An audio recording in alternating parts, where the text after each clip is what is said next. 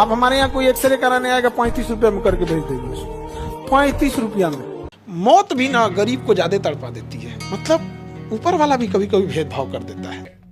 अगर आप पहली बार हमारे चैनल पर आए हैं तो चैनल को अभी सब्सक्राइब कीजिए, इस वीडियो को लाइक कीजिए और कमेंट में हमें बताइए कि आप ये वीडियो किस शहर या किस गांव से देख रहे हैं। जल्दी से इसे 1 लाख व्यूज तक पहुंचा दीजिए ताकि खान सर का यह संदेश ज्यादा से ज्यादा लोगों तक पहुंचे।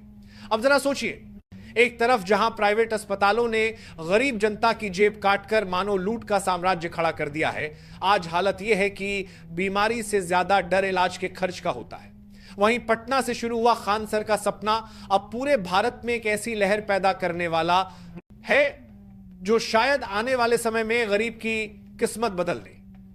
सवाल यह खड़ा होता है कि क्या पहली बार इस देश में गरीब आदमी बिना झिझक और बिना कर्ज में डूबे इज्जत के साथ इलाज करा पाएगा? क्या अब मरीज और उसके घर वालों को बीमारी से ज्यादा खौफ इलाज की फीस का नहीं रहेगा? और सबसे बड़ा प्रश्न यही है कि यह अस्पताल आखिर किसका होगा, अमीरों का या गरीबों का? दरअसल असलियत यही है कि खान सर का यह अस्पताल सिर्फ और सिर्फ गरीब जनता को ध्यान में रखकर बनाया गया है। आज के हालात यह है कि अगर किसी मजदूर, किसान या रिक्शा चलाने वाले का बच्चा बीमार पड़ जाए तो इलाज से पहले पूरा परिवार यही सोचता है कि पैसे कहां से आएंगे, क्योंकि प्राइवेट अस्पतालों की हकीकत सब जानते हैं। एक छोटा सा एक्सरे 800 से 1000 रुपए में, दिल की धड़कन की जांच यानी ईसीजी 500 रुपए से ऊपर, और अगर भर्ती होना पड़ गया तो 24 घंटे का बिल 20 से 30 हजार रुपए तक पहुंच जाता है। ऐसे में गरीब आदमी की सांस ही अटक जाती है अस्पताल का नाम सुनकर। लेकिन अब तस्वीर बदल रही है, बचा देश की कर नहीं कर पा तो सामना पर नर बजा रही है। खान सर के अस्पताल में एक्सरे सिर्फ 35 रुपए में होगा, वहीं ईसीजी मात्र 25 रुपए में। और जो लोग बिल्कुल ही गरीब हैं, जैसे दिहाड़ी मजदूर, रिक्शा चालक या छोटे किसान, उनके परिवारों के लिए कई तरह की जांच और इलाज बिल्कुल मुफ्त होंगे। यानी पहली बार स्वास्थ्य की दुनिया में गरीब को भी इज्जत और बराबरी का अधिकार मिलेगा। यहां बड़े बड़े नामी डॉक्टर बैठेंगे, लेकिन उनकी फीस गरीब की जेब के हिसाब से तय होगी। यहां महंगी दवाइयां बेवजह नहीं लिखी जाएंगी, मरीज को फालतू और अनावश्यक टेस्ट के लिए नहीं भेजा जाएगा। और सबसे खास बात यह कि यहां मरीज को पेशेंट नहीं बल्कि गेस्ट यानी मेहमान कहा जाएगा। इसका मतलब यह हुआ कि इलाज सिर्फ सस्ता ही नहीं होगा बल्कि सम्मानजनक भी होगा। खान सर का यह अस्पताल खासतौर पर गरीब जनता के लिए बनाया जा रहा है। यहां पर नेताओं, उद्योगपतियों, बड़े पूंजीपतियों और करोड़ों की गाड़ी में घूमने वालों का स्वागत नहीं है।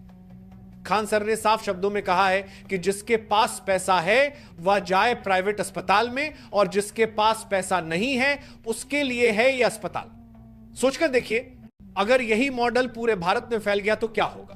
कितने परिवार कर्ज के बोझ से बच जाएंगे, कितने बच्चे अपनी पढ़ाई बीच में छोड़ने से बच जाएंगे, कितनी माताओं बहनों को अपने गहने गिरवी नहीं रखने पड़ेंगे।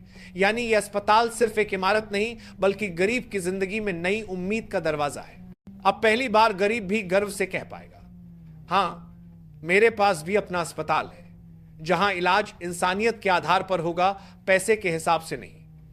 दोस्तों, आपने आज तक यही सुना होगा कि कैंसर का इलाज, डायलिसिस या बड़ी सर्जरी गरीब के बस की बात नहीं, लेकिन खान सर ने सोच को बदल कर रख दिया है।